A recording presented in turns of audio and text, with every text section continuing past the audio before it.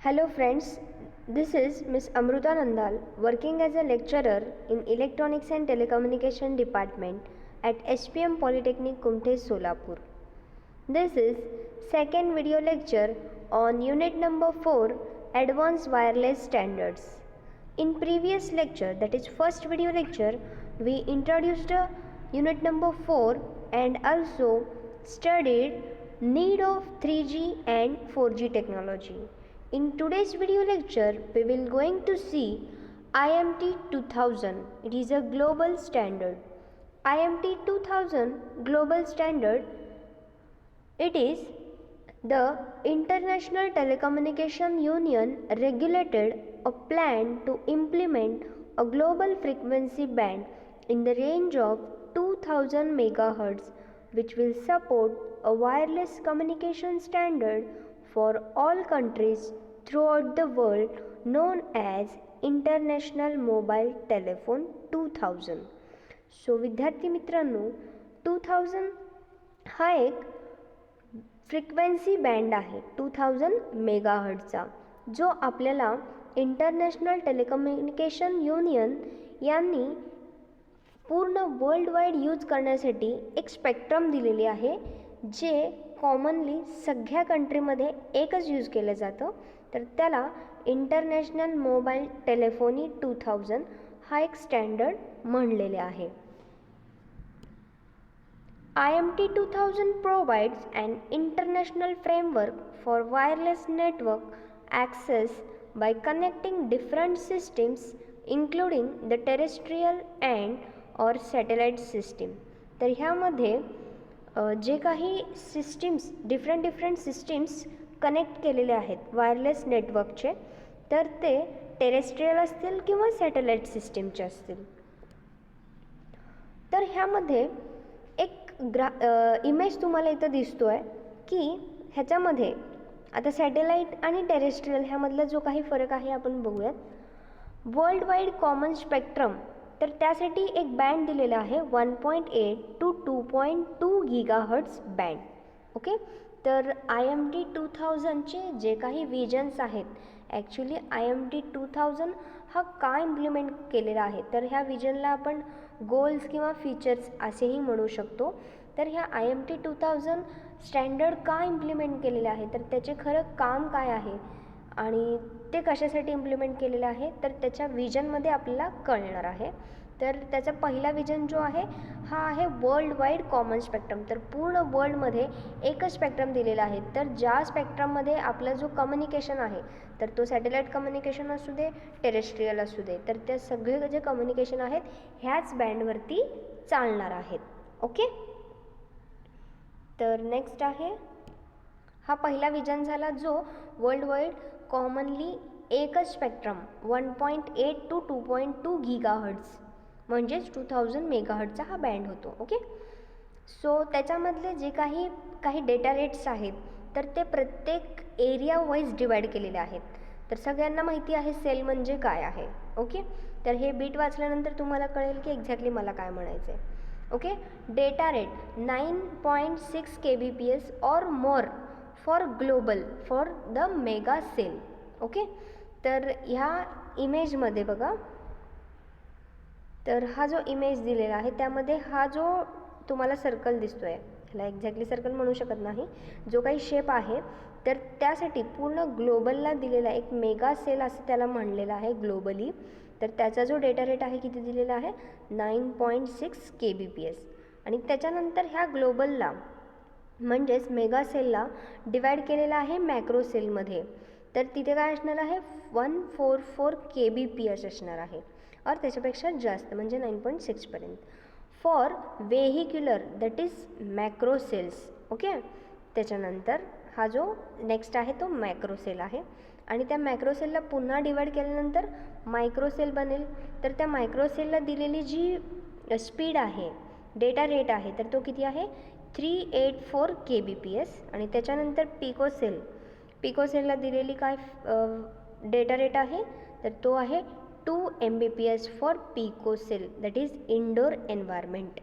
तर हे जे डेटा रेट्स आहेत, तर ते IMT 2000चं विजन आहे की त्यांना एवढा डेटा रेट त्या प्रत्येक युजरला त्या प्रत्येक सेलमध्ये द्यायचा आहे. ओके, सो त्यासाठी IMT 2000 इम्प्लिमेंट केलेलं आहे. Global seamless roaming. तर आता रोमिंग म्हणजे काय तुम्हाला समजलेलं असेल हँड ऑफ प्रोसेसमध्ये. तर एका सेलमधून दुसऱ्या सेलमध्ये किंवा सेम फ्रिक्वेन्सी असलेल्या सेलमध्ये किंवा डिफरंट फ्रिक्वेन्सी असलेल्या सेलमध्ये जेव्हा एखादा MS दुसऱ्या सेलमध्ये एंटर करत असेल तर तिथं काय करावं लागतं, आपल्याला हँड ऑफ द्यावं लागतं. म्हणजे त्याला त्या कुठल्या सेलमध्ये एंटर करतो त्या सेलमध्ये असलेल्या फ्रिक्वेन्सी त्याला जोडून द्यावे लागतात. मग तिथे आलेला युजर काय होतो, रोमिंग युजर होतो. मग त्याला रोमिंग आपण असं म्हणू शकतो. मग ते रोमिंग करताना त्याच्यामध्ये काही डिस्टर्बन्स आले नाही पाहिजे. तर सीमलेस ह्याचा मिनिंग आहे कंटिन्युअस. तर आपण ग्लोबली सीमलेस रोमिंग हा IMT 2000चा विजन आहे, तर तो इथे प्रोव्हाइड करतो आहे. तर तुम्ही मायक्रोसेल म्हणजे एखाद्या छोट्याशा रुरल एरियामधून सिटीमध्ये जावा, तिथेही तुम्हाला हँड ऑफ म्हणजे कॉल कट झालेला दिसणार नाही किंवा काही डिस्टर्बन्स आलेला दिसणार नाही.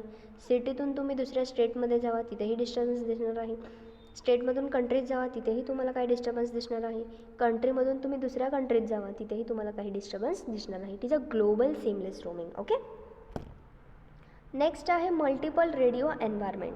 मल्टिपल रेडिओ एन्व्हायरमेंट म्हणजे काय, ह्याच्यामध्ये आपण cellular, cordless, satellite, lands, WLL कुठल्याही एन्व्हायरमेंटमध्ये हा जो IMT 2000चा बँड आहे तर तो वर्क करू शकतो किंवा दिलेला जो काही स्टँडर्ड आहे तर त्या मोबाईलमध्ये आपण हे सगळे फीचर्स यूज करू शकतो. एन्हान्स्ड परफॉर्मन्स अँड सिक्युरिटी. तर ह्याचा जो परफॉर्मन्स आहे खूप उच्च दर्जाचा आहे आणि त्याच्यानंतर सिक्युरिटीही खूप सेक्युर्ड हा जो काही स्टँडर्ड आहे तर तो सेक्युर्ड आहे. Wide range of telecommunication services such as voice, data, multimedia. तर हे तिन्ही सर्व्हिसेस IMT 2000 स्टँडर्ड प्रोव्हाइड करतो. Flexible radio bearer for increased spectrum efficiency. तर हा जो स्पेक्ट्रम आहे तर तो इफिशियंट आहे. Okay, so these are all the visions of IMT 2000. हा जो क्वेश्चन आहे तर तो मोस्ट इम्पॉर्टंट क्वेश्चन म्हणून तुम्ही मार्क करून घेऊ शकता. ओके, सो ओके, अजून एक विजन आहे, it is a integration of terrestrial and satellite system. तर ह्यामध्ये हा जो IMT स्टँडर्ड्स आहे 2000चा त्यामध्ये टेरेस्ट्रियल सिस्टीम्स पण आहेत आणि satellite system. Terrestrial in the sense जे काही रुरल असतील किंवा सिटीमधले असतील तर त्यांना सगळ्यांना आपण टेरेस्ट्रियल आणि अबोव द स्काय आपण ते सॅटेलाईट सिस्टीम असं म्हणू शकतो. ओके, नेक्स्ट आहे IMT 2000चे services. So what are the IMT 2000 services. First one is it provide global seamless, that is आत्ताच मी सांगितल्याप्रमाणे सीमलेस रोमिंग प्रोव्हाइड करतो and service delivery across IMT 2000 networks. Okay, supports for emergency and priority calls. तर पहिल्यांदा हा कोणाला support करत असतो, इमर्जन्सी आणि प्रायोरिटी कॉल्स. जर सपोज एखादे तुम्ही प्रोजेक्ट्स बनवतायत राईट, ॲक्सिडेंट सिस्टीम्स वगैरे, तर त्यामध्ये इमर्जन्सी कॉलला प्रायोरिटी दिली किंवा एखादे सपोज ॲक्सिडेंट झालेला आहे, ॲक्सिडेंट झाल्या त्या व्यक्तीचा जो काही फोन आहे तर लगे त्यांच्या घरातल्यांना 5 जणांना किंवा त्यांच्या फ्रेंड सर्कलमध्ये 5 जणांना फोन जायला पाहिजे. मग त्यासाठी काहीतरी स्टँडर्ड लागतं राईट. मग ते जे काही स्टँडर्ड आहे तर ह्या IMT 2000 स्टँडर्डमधून आपल्याला प्रोव्हाइड केली जाते. It support multiple environments. आत्ता सांगितल्याप्रमाणे ऑडिओ सर्व्हिस प्रोव्हाइड करतो म्हणजे व्हिडिओ सर्व्हिस प्रोव्हाइड करतो, डेटा सर्व्हिस प्रोव्हाइड करतो, सगळे जे काही सर्व्हिसेस आहेत तर तो सपोर्ट करत असतो. It support a virtual home entertainment and universal personal telecommunication. तर हा होम एंटरटेनमेंटसुद्धा प्रोव्हाइड करतो आहे आणि पर्सनल टेलिकम्युनिकेशन ही जो काही सर्व्हिस आहे त्याला सपोर्ट करतो आहे. It provide security. आता व्हर्च्युअल होम एंटरटेनमेंट हा म्हणजे काय तुम्हाला डाऊट येत असेल. व्हर्च्युअल होम एंटरटेनमेंट म्हणजे आता TV तुम्ही घरी बसूनच बघता, त्याला दुसरं काही ऑप्शन होतं का याआधी नव्हतं, बट आता काय झालेलं आहे तुम्ही मोबाईलमध्येही TV यूज करू शकता राईट. तर ते झालं व्हर्च्युअल होम एंटरटेनमेंट. सेक्युरिटी तर प्रोव्हाइड करतोच आहे हा. It provide global coverage by integrating satellite and terrestrial system. Okay, coverage हा जास्त आहे सॅटेलाईटचा असू दे किंवा टेरेस्ट्रियल एरियामध्ये असू दे. It supports for geographic position and location service like GPS. Okay, जे काही जिओग्राफिकल पोझिशन्स लोकेशन्स आहेत त्याचाही सर्व्हिस ह्यामधून आपल्याला मिळतो. It make use of intelligent network capability. तर हा जो नेटवर्क आहे, हा जो स्टँडर्ड आहे तर तो इंटेलिजंट नेटवर्कचा यूज करतो, तेवढं त्याचे कॅपॅबिलिटीज आहेत. It provide user network and network authentication. तर आत्तापर्यंत आपल्याला ॲक्च्युली ॲथेंटिकेशनमध्ये काय होतं हे माहीत नव्हतं. फक्त आपण काय करत होतो, सिम कार्ड व्हेरीफाय करत होतो, म्हणजे network user to network verification. But ह्याच्यामध्ये अजून काय आहे, नेटवर्क टू नेटवर्क ॲथेंटिकेशन ही हा स्टँडर्ड प्रोव्हाइड करतो. म्हणजे अनएथिकेटेड नेटवर्क्स आपण त्यावरती म्हणजे आपला जो डेटा आहे तर तो हॅक होऊ शकतो. तर त्यासाठी नेटवर्क टू नेटवर्क ॲथेंटिकेशन ही हा IMT 2000 स्टँडर्ड आपल्याला प्रोव्हाइड करतो.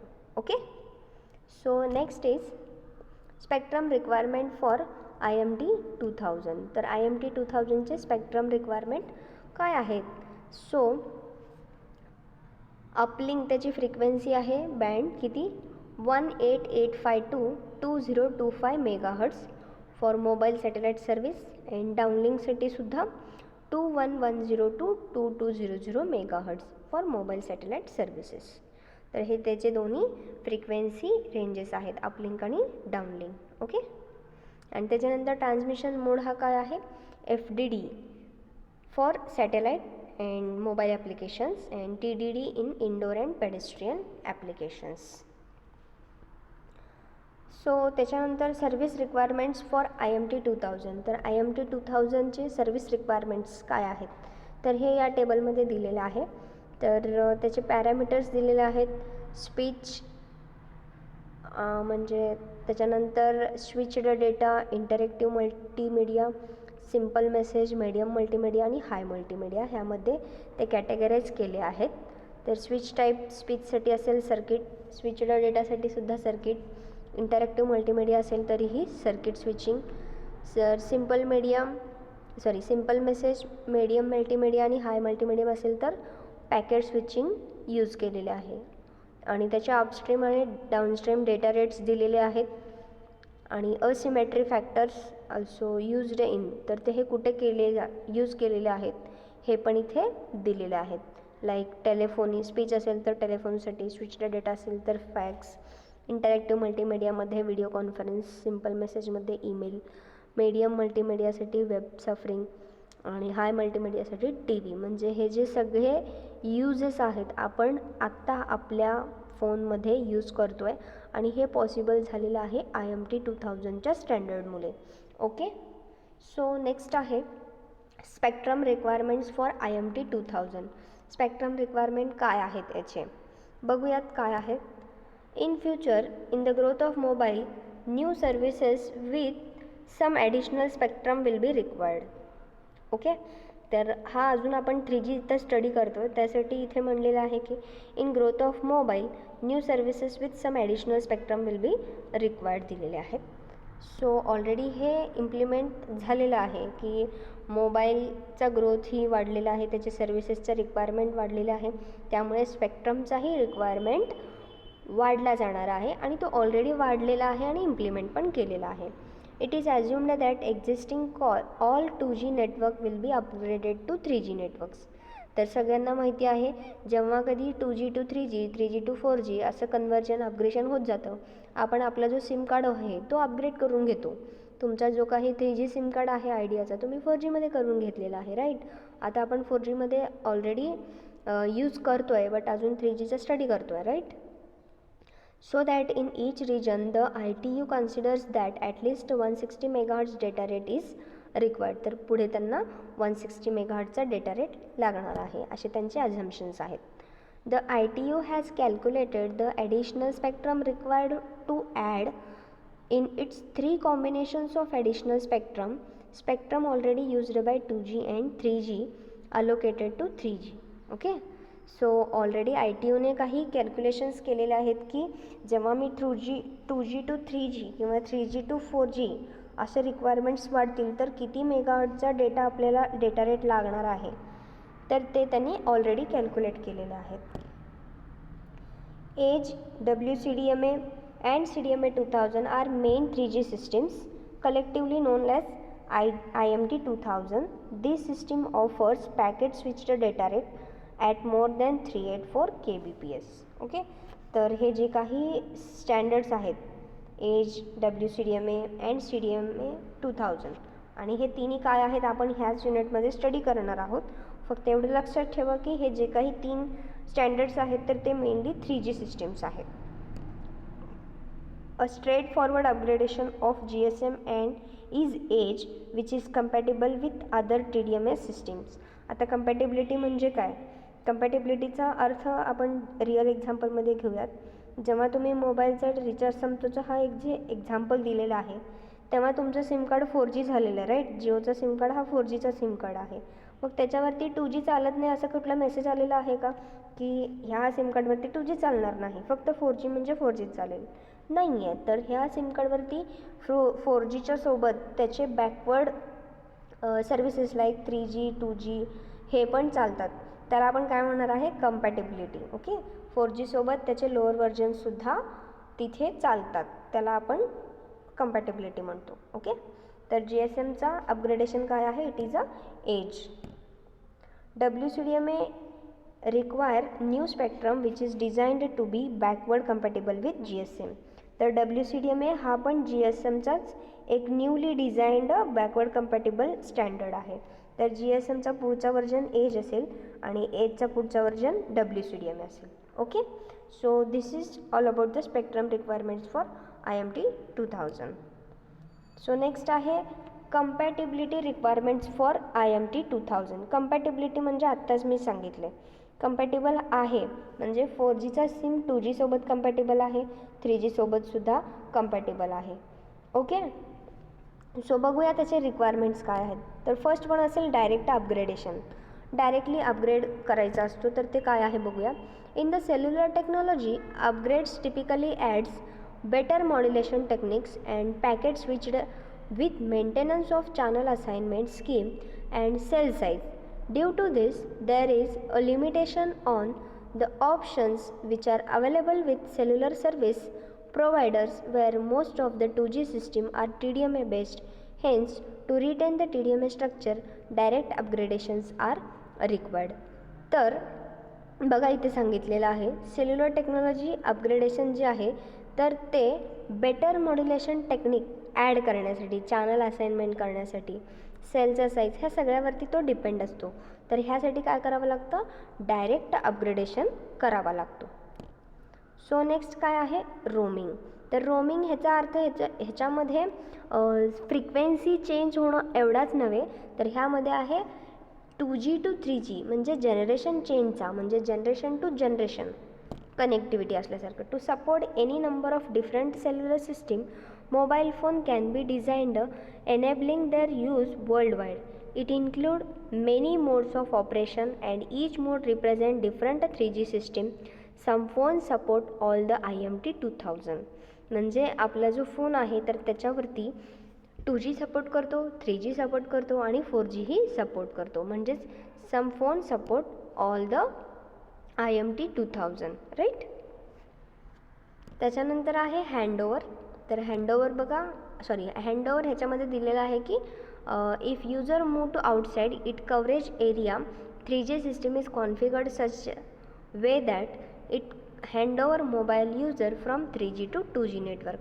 तर कधीकधी एखाद्या सिटीमधून जर रुरल एरियामध्ये आपण जेव्हा जातो तर तिथे कधीकधी रेंज नेटवर्क चेंज होतो 2G to 3G किंवा 3G to 4G, कधी जास्त होतं कधी कमी होतं. तर हा आपण हँडओव्हर असं म्हणणार आहे या बिटमध्ये. The mobile user will not notice any difference until and unless multimedia is being ॲक्सेस्ड.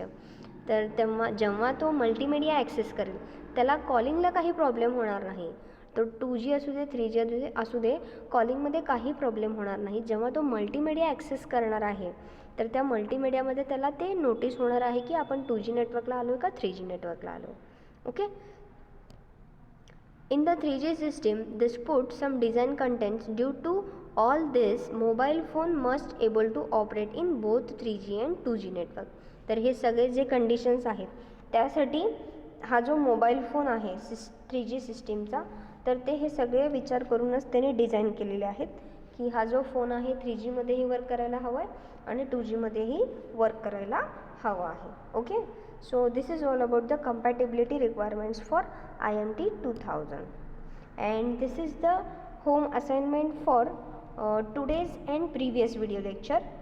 So write all these questions answer and send to my WhatsApp number and thank you.